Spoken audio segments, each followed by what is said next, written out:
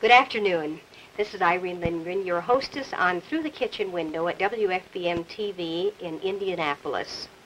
This portion of our show will have to do with cookies that travel, and our show is telecast every day in compatible color. Can you think of anything nicer to receive than a wonderful box of cookies from home? Those wonderful, tasty, fragrant cookies that were made in Mom's own kitchen, that same kitchen where perhaps a few years back you were able to help mix cookies, and, well, surely you were able to lick the frosting bowl. We all know, of course, that there's just nothing quite like a box from home. Well, it's October 10th today, and we would remind you that parcel post packages to servicemen must be mailed between October 15th and November 15th to reach their overseas destination by Christmas time. That is, to be absolutely certain that your package will arrive at his overseas destination and your serviceman will thus not be disappointed. That package must be mailed by November 15th. Now, packages to Japan, Korea, and the islands of the Pacific, as a matter of fact, should be mailed by November 1st. And that means, of course, that you should be getting recipes and boxes and cord and labels and all sorts of wrappings together. Thanks, Pat. This afternoon, we're going to mix one cookie recipe for you. A very simple but a wonderfully rich and very delicious cookie recipe. We'll give you the recipe, incidentally, on your television screen just a little bit later. But right now, let's mix the cookie. It's very simple to prepare. We have the coconut and the chopped pecans in the bowl here now. I'm going to add the vanilla and the sweetened condensed milk, and I'm going to add the chopped dates. Buy the pitted dates and cut them into about 3 or 4 pieces, that is each date.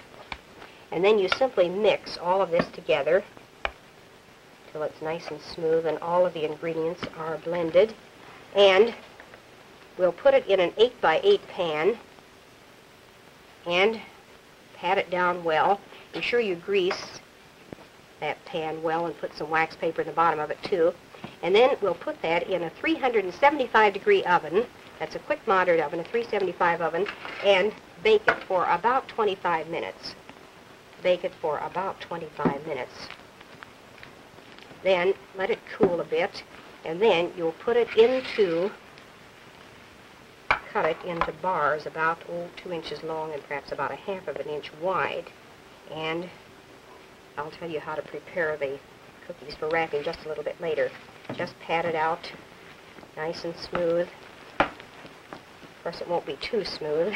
Of necessity, of course, it will be rather rough because of the coconut and the dates that we have in this mixture here.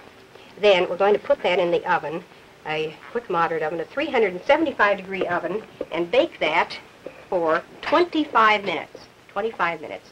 Be sure to set your minute mind around that. And take those cookies out, let them cool just a bit, and cut them into bars. Now, when you send cookies, be sure to use a good sturdy box, pack it well, but be sure that box arrives with cookies and candies and not as crumbs, and we'll show you how. The cookie recipes that we have to share with you today and the candy recipes we're going to give you tomorrow are tested travel-wise cookies, such as these, the molasses cookies, wonderful soft molasses cookies, Springerly, the black walnut crunch sticks, the date coconut bars that we just put into the oven, the same recipe that is, the crisp marshmallow bars, the currant tea cakes, and the brownies. By the way, a word of caution about those brownies. They're wonderful. Everyone loves them, but we do suggest that you ship them only short distances. And remember that all of these recipes are travel-proof. Now, when you're shipping a box anywhere in the United States, thanks, Pat, be sure to select a box that is good and sturdy. You can use a cardboard box for that, but if you're using or shipping overseas, be sure you use a wooden or a metal box. And by the way, that box for overseas shipment must not exceed 100 inches length and girth combined. Then line the box with wax paper, and you can get the very colorful, pretty wax paper, as you know. Then we're going to put cellophane straw in the bottom of that first of all. Or you can use paper towel that you crumpled up, or crumpled wax paper if you prefer that. Then we're going to put those cookies in the box, and we're going to put them in after we have wrapped them properly. Now, here's the way to wrap the drop cookies. Wrap them back to back with wax paper in between, and and just fasten them with the cellophane tape. Wrap them just a little more carefully than I'm doing this here, of course. Wrap this individually. The crisp marshmallow bars and all the rest of the cookies, with the exception, of course, of the drop cookies that we just showed you, should be wrapped individually. And again, fasten them with the cellophane tape. Remember, that tape is available in very bright, gay colors, too. And then wrap your candies individually. Everything individually except the drop cookies, as we showed you here. Wrap those back to back and cover them with the wax paper. Thank you, Pat. Here we have many of the cookies already wrapped, and we want to tell you about packing this box. As we mentioned, put the cellophane straw or the wax paper or the paper toweling in the bottom of the box first. Then pack the cookies, the heaviest at the bottom, in nice even rows. Then put unbuttered popcorn or sugar-coated cereal on top of the cookies, in between all of the crevices. Be sure to fill every one of the crevices there because you want to be sure that it's very well packed so there's no jiggling at all. Now, on the top of that bottom layer, we're going to put some crumpled paper toweling, and then we go through the same process again. We just repeat that process with the cookies until the box is filled right up to the top. And try to leave about a ½ inch around the edge of that box because we like to put just a little bit of padding there too so that it'll withstand the knocks just a little bit better. Now, once again, the unbuttered popcorn or the sugar-coated cereal in between the cookies, and once again, the wax paper or the paper toweling, whichever you want to use there. Now, assuming that our box is filled just about to the top,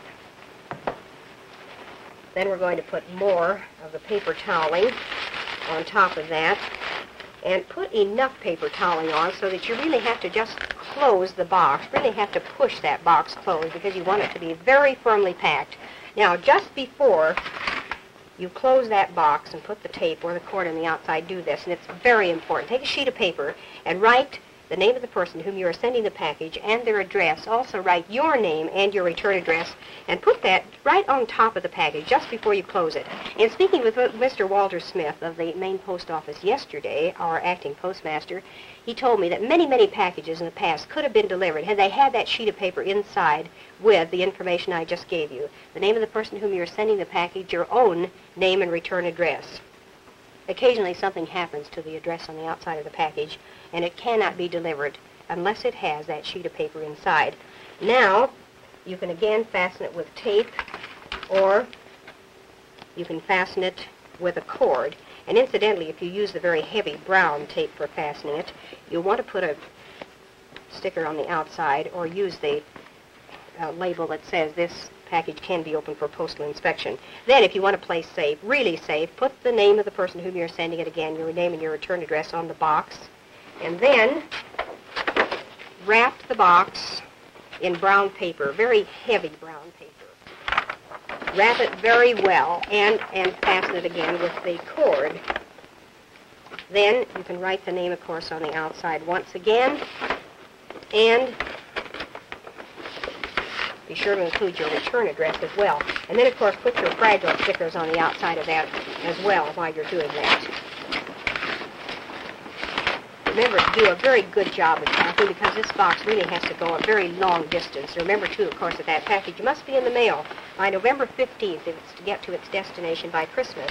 Now, for overseas mailing, there are restrictions such as matches, lighter fluid, food subject to spoilage, shotguns, explosives, and poisons. And some APO numbers have restrictions on coffee and cigarettes because of the black market. Some APO numbers have restrictions, or rather customs regulations. I think you want to check that. Why don't you jot down this number? Melrose 21551. Ask for extension 205, 206, or 207. That's the Inquiry Division of the Post Office. They'll be very, very happy to help you. Airmail packages can be mailed as late as November 25th for Christmas arrival. The weight limit on airmail packages is 2 pounds, and the length and girth combined should not be greater than 30 inches. That's just a little bit larger than a cigar box. The cost of sending things airmail is 80 cents per pound or a fraction thereof. Now, don't attempt to mail these packages at substations. Take them to your regular post office. Wrap them very carefully. Be sure to get them in the mail by November 15th. You don't want that serviceman to be disappointed. That telephone number is Melrose 21551, extension 205, 206, 207. And now, as you have your pencil and paper in hand, won't you join us in copying down the recipe that we would like to share with you today. This is the first cookie recipe for the date coconut bars.